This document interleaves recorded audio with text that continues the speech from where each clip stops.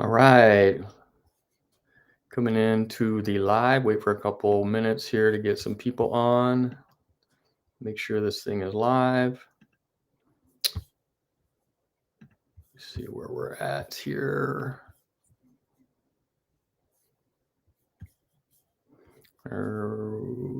Is that working?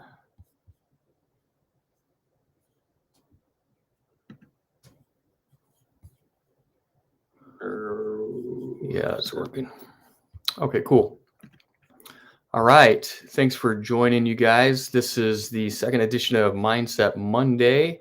And I just wanted to kind of drop a few thoughts here on the client relationship. So last week we went into how to build better trust with the relationships with our clients, and how those relationships are only going to move forward sort of at the speed of trust. So the more trust that you build, the more you're going to be able to solidify those relationships with your clients and keep them as clients and continue to expand upon those relationships. So today I just wanted to add to that a little bit and give you a little bit more insight on how to do that.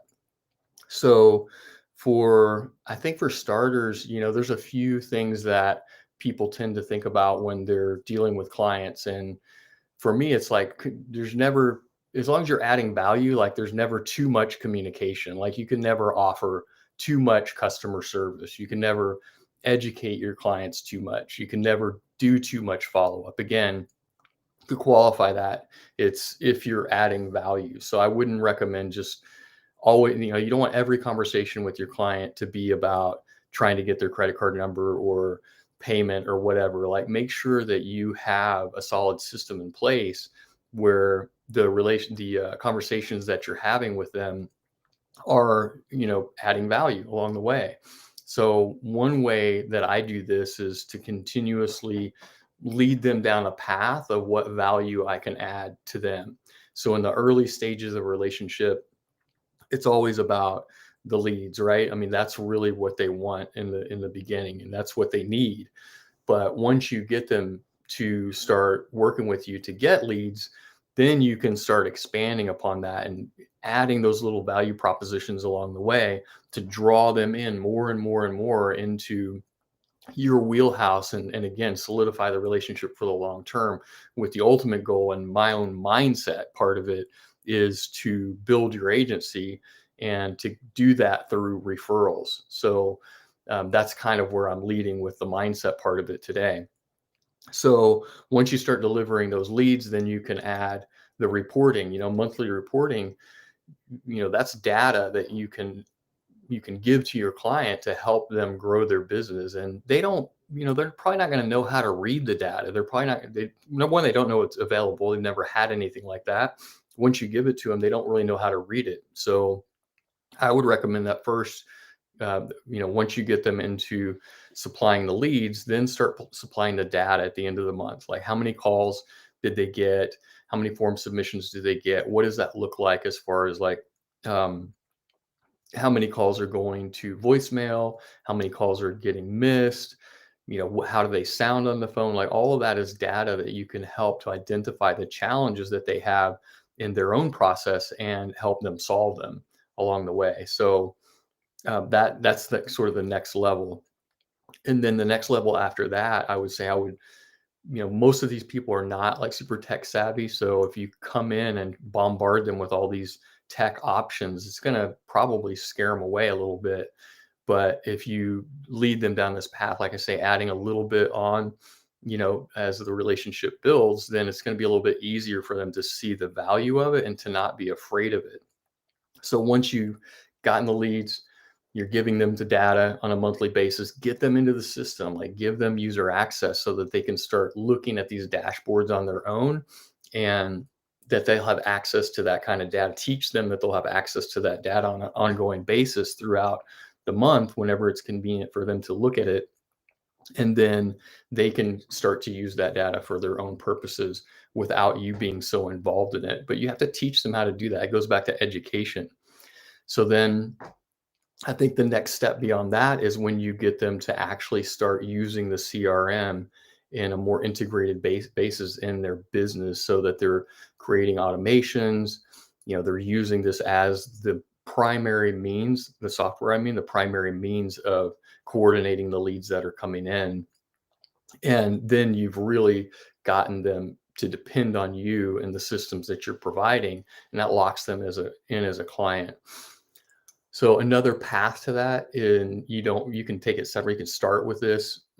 Maybe it's even better to start with it as reputation management. You can just offer reputation management as a way in the door with a client, and then go for leads, or you can do it the other way around and start offering leads and then offer reputation management. But I think that's an easy way to add to the equation of value that you're offering them, and you're helping them grow their own business, and also hopefully funneling some of those reviews that you get through the reputation management system to your own GMBs. It's only going to increase the leads that you're able to deliver for them, and the value that you're providing.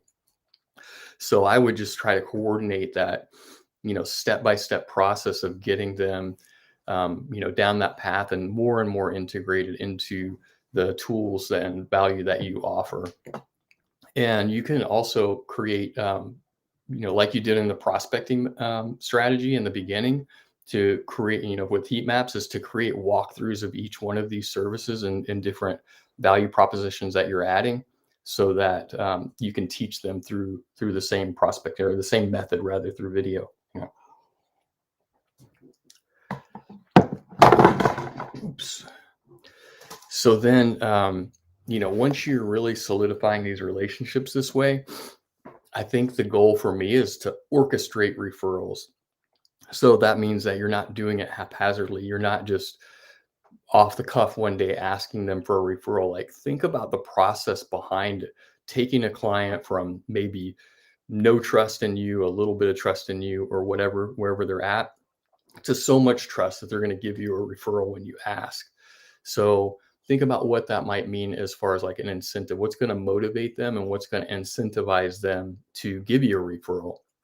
If it's $1,000 a month client, or 2,000, or whatever, like, what does it make? What number makes sense to incentivize them? If you can maybe give them a free month, or give them $500 off of their bill for a month, or whatever, make it attractive for them. Set the stage of how that's going to happen, and keep it professional, so that it's not off the cuff. And you want to make sure that you're not asking them for a referral unless you've had multiple positive touches with them. So I would never go in when, if I've had an issue with a client and ask them for a referral, and when that's been like a recent scenario, I would always make sure I have multiple positive touches with a client before I even ask them for a referral. So somebody's asking here, is this class the same time each week? No, I'm in different locations every Monday, so I'm just kind of trying to work it into my schedule wherever I can. Let me see, what's this? Yeah, okay. So so that's, keep it professional, and make sure that you're hitting them at a time when you have positive sort of value in the bank with them. So tell them, like, acknowledge them for the client that they are. Tell them you enjoy doing business with them, and that they probably know other contractors in their network, or friends of theirs, or whatever, that are, have the same values, they have the same integrity, they're playing at their level. Like, make sure that you acknowledge these things that you appreciate about that client, because that's going to make them feel better, like you appreciate them, and that you're going to appreciate the referrals that they give you in the same way. And then you can just kind of tell them, hey, I have an opportunity for referrals. I'm growing my agency.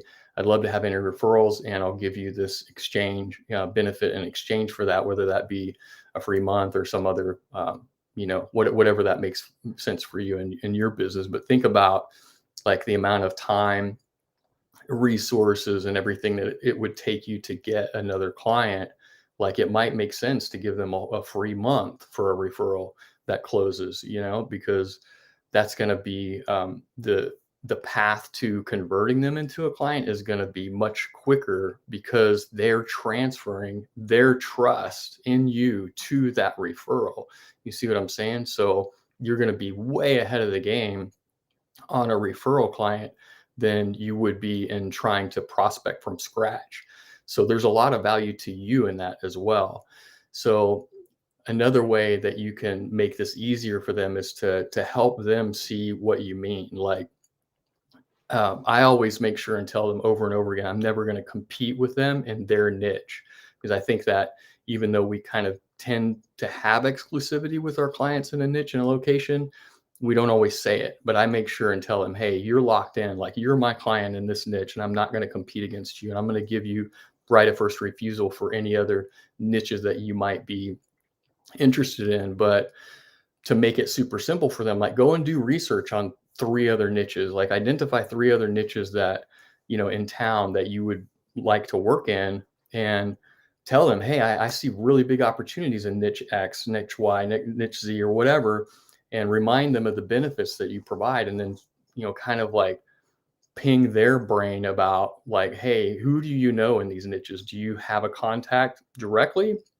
Or do you know someone who may know someone? Like, what does that look like? So then you can make it really simple for them to deliver a referral for you. And you can create the same types of prospecting videos that, we've been recommending that you create. And, if they have a referral ahead of time, then do that prospecting video specifically targeted to that referral so that they're getting the maximum value over it, or out of it rather. So the other thing you can do is, if you're not as comfortable with a client, like asking for a direct referral, just maybe make an offer to advise or consult or review the ranking status of anyone who's important in their own network, without any expectation of them becoming a client. Just like help them build better relationships, like who is important to them, and then offer your value to them, and they might actually convert into a client, or they may have other people in their network, and it's just going to continue to build and build and build. And everybody you do this with is going to see you as sort of the hands down valuable expert that's on their side, helping them grow their business and willing to help others in their network. So that's a really good way to do it. If you're not as comfortable just asking for a direct referral, just ask for an opportunity to add value. And that's really the way to build these relationships. So another way would be to ask them if they are a member of an industry organization. They may or may not be. I mean, some of these contractors are maybe really big into that. Most of them probably aren't, but it's an opportunity. Obviously, you don't necessarily want them to be giving you, or they're not going to want to give you a bunch of referrals in the same niche necessarily, unless they're in a national organization or something like that. I know Patrick built sort of the foundation of this agency around that kind of a prospecting method, where he got in good with the client out of the gate. They had industry organization relationships on a national level, and he got a lot of referrals out of that. So that's a really good way to build those relationships, but it has to be the right fit. So make sure you kind of, if you pitch that and just ask the question, hey, what other kind of contractors do you run around with? Are you in any organizations that help you, build your business, or whatever the industry focuses, the organizational focuses, and try to see if it's a good opportunity and it wouldn't, kind of encroach upon your relationship with them, or exclusivity with them, or jeopardize your relationship with them in any way. So that's just another way. And then I would say the other important thing here is that you really have to have a solid process and pipeline around this, because if you're going to do it effectively, you need to have good notes, you need to have dates, you need to have follow-ups.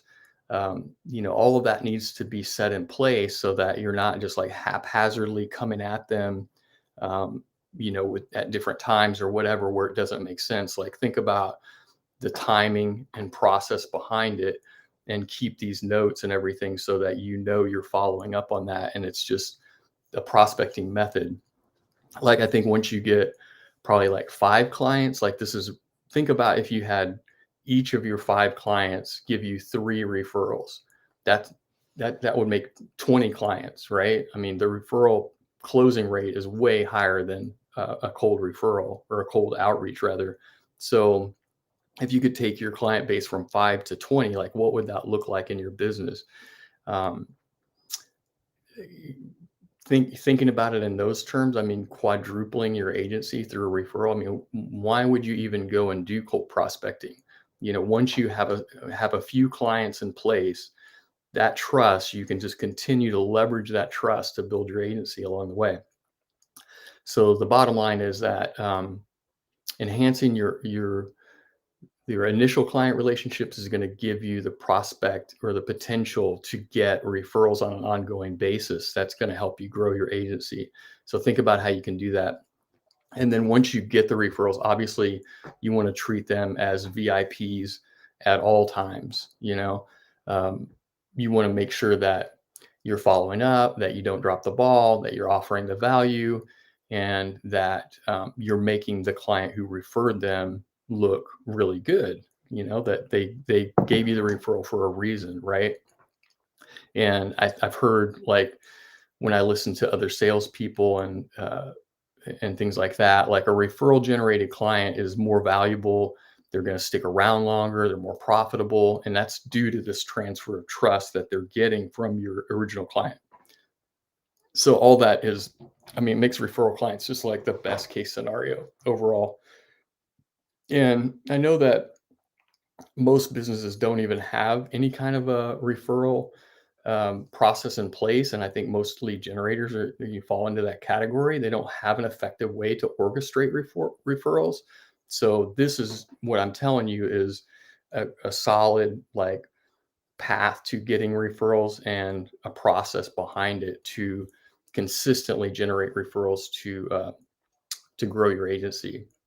And I think just by having this in mind, again, that's the mindset behind it, is that your clients are your key to growth. You're going to treat them better just by having that end goal in mind. You're going to treat them better. You're going to continue to add better value and drive them towards the outcome of referrals that you want over time. So that's the kind of the vision that I have for my own growth, and continuing to increase the agency where I'm working now, and all of that. And thinking about, like, what if every client you had gave you 3 referrals? I mean, last week I put some journal prompts in there, and journaling has become a really valuable tool and is uh, turning out to be very powerful for me in my own professional and personal life. So I threw those journal prompts in there. Another journal prompt for this week might be like, what would your agency look like, or what would your business look like if every client that you had resulted in 3 additional clients in 2022 via referrals? Like, what would that look like? Like, write it down and, have that vision in your mind already. And then when you start having these conversations with clients, you're going to be able to give them the incentive and the motivation and the trust to hand over those referrals to you. So another way to look at it is, like, how would that fit into the goals? Like, we've talked a lot about productivity and setting goals. Like, how would having that many referrals fit into the income and impact goals that you have for your agency in 2022? If you're able to get referrals for that, like, I mean, you can blow your agency up with referrals, like, without that many existing clients. So that's another way to look at it. And then also think about how you can look outside of the box for different companies or businesses that may have a big Rolodex that can give you a lot of referrals. Like, accountants are notorious for this. Like, they have a big Rolodex. They only deal with other companies and businesses in town. How could you get an accountant on your side who would give you referrals?